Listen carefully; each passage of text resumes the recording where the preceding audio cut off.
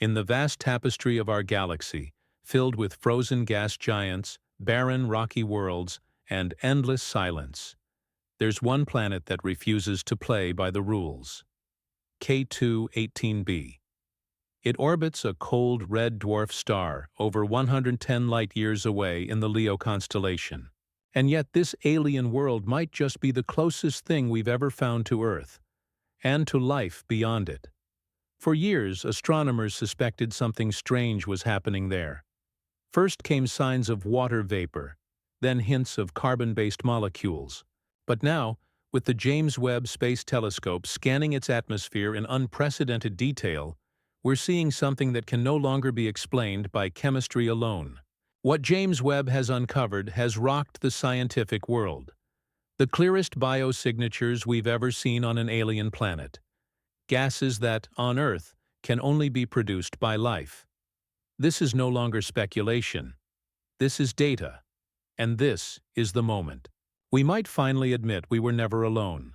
K2-18b is what scientists call a Hycean world, a hybrid between an oceanic planet and one with a hydrogen-rich atmosphere. It's larger than Earth, roughly 2.6 times its radius, and about 8.6 times its mass. But what truly makes it remarkable is that it sits right on the edge of the habitable zone of its star, the sweet spot where temperatures could allow liquid water to exist. And the more we study this planet, the more it seems like a perfect host for alien biology. It's not a dry, rocky wasteland like Mars. It's not a scorching gas ball like Jupiter. This is a world likely covered in a massive global ocean, protected by a thick hydrogen atmosphere that keeps temperatures mild and shields it from radiation. The James Webb Telescope revealed that this planet's atmosphere not only contains water, vapor, but also traces of carbon dioxide and methane, crucial ingredients for organic life. These gases, when found together in a hydrogen-rich world, begin to draw a picture that's hard to ignore, one where biological processes may be at work beneath the waves. But then came the real shock. In 2025, new data from Webb's MIRI instrument, the mid-infrared spectrometer, found not just carbon-bearing molecules but something far rarer, dimethyl sulfide, DMS. On Earth, this compound is almost exclusively produced by living organisms, specifically marine phytoplankton.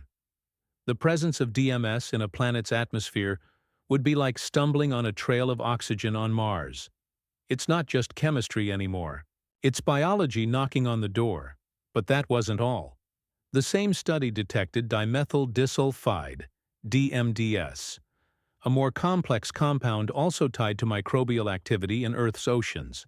The fact that these molecules appeared together in an environment rich in water vapor and carbon compounds has led scientists like Cambridge astrophysicist Nikku Madhusudan to suggest that K2-18b may be teeming with microscopic alien life. These aren't speculative headlines. These are molecular signatures, consistent, verified, and statistically significant enough that the scientific community is now seriously considering a world beyond Earth, where the oceans might be alive. So what kind of life could exist on K2-18b? If the dimethyl sulfide is truly being produced by living organisms, scientists believe the most plausible explanation is that K2-18b's oceans are home to phytoplankton-like life, tiny floating microorganisms that may use the faint red light from their cool sun to carry out a form of photosynthesis. But others suggest a more complex scenario. Some theorists envision filter-feeding creatures, not unlike Earth's earliest multicellular life, drifting through nutrient-rich waters, absorbing organic matter, and leaving behind chemical trails. Some even go as far as to imagine alien analogs to flying fish, organisms that evolved in low-gravity, high-pressure environments, possibly capable of limited atmospheric movement. In essence, K2-18b may resemble Earth not as it is now, but as it was 3 or 4 billion years ago, when life was just beginning to bloom in its oceans. And just as Earth's early biosphere transformed its atmosphere over time, The same could be happening there, and we're witnessing it in real time. And now, as the evidence mounts, a new debate has emerged. If K2-18B is home to life, should we try to communicate? Some voices in the scientific community say absolutely not. Physicist Mark Buchanan warns that actively reaching out to an unknown biosphere could risk exposing Earth to a civilization we're not ready to face, or endanger a fragile ecosystem with our interference. Ethical philosopher Dr. Anthony Milligan argues that we have a moral obligation to tread carefully, not only for our safety, but for the protection of whatever may exist out there. Others, like Avi Loeb, believe that any intelligent life advanced enough to detect our signals would have already noticed us, and might not even take us seriously. Regardless of where you stand, the truth remains. A signal from Earth would take 120 years to reach K2-18B, and another 120 to get back. For now, we wait. But the data keeps coming. The molecules are there. The ocean is likely real. And the idea that we're alone in the universe is fading fast. With K2-18B now in the spotlight, the world's leading space agencies and private space companies are quietly shifting priorities.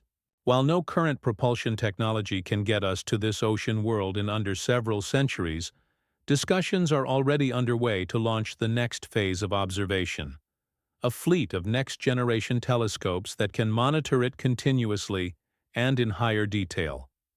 NASA is preparing to accelerate the development of the Louvoir and Habex observatories, both designed specifically to identify life-bearing exoplanets by analyzing atmospheric chemistry. Meanwhile, the European Space Agency and even China's CNSA are proposing their own deep space exoplanet monitors. But it doesn't stop there.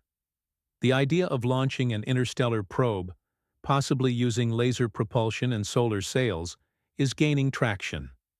The breakthrough Starshot initiative, backed by billionaires and scientists alike, proposes sending microscopic probes at 20% the speed of light.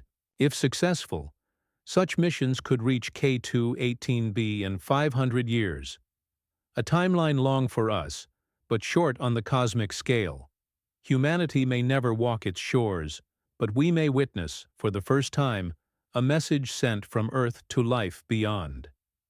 The scientific implications of finding possible biosignatures on K2-18B are monumental, but the cultural impact may be even greater. Across the world, religious leaders, spiritual thinkers, and philosophers have begun offering interpretations of what this discovery means. Some call it proof that life is not unique to Earth, but part of a grander cosmic design, a universe wired for consciousness, not silence. Others have expressed fear, discomfort, and even denial, warning that our worldview isn't ready to confront such a revelation. Social media has exploded with hashtags like K2Alive and the Ocean World, while documentaries and fictional adaptations are already in production. Governments remain cautious in their official statements, balancing excitement with scientific rigor. But beneath the surface, a subtle shift is taking place. The collective realization that we are no longer just explorers. We are being watched back.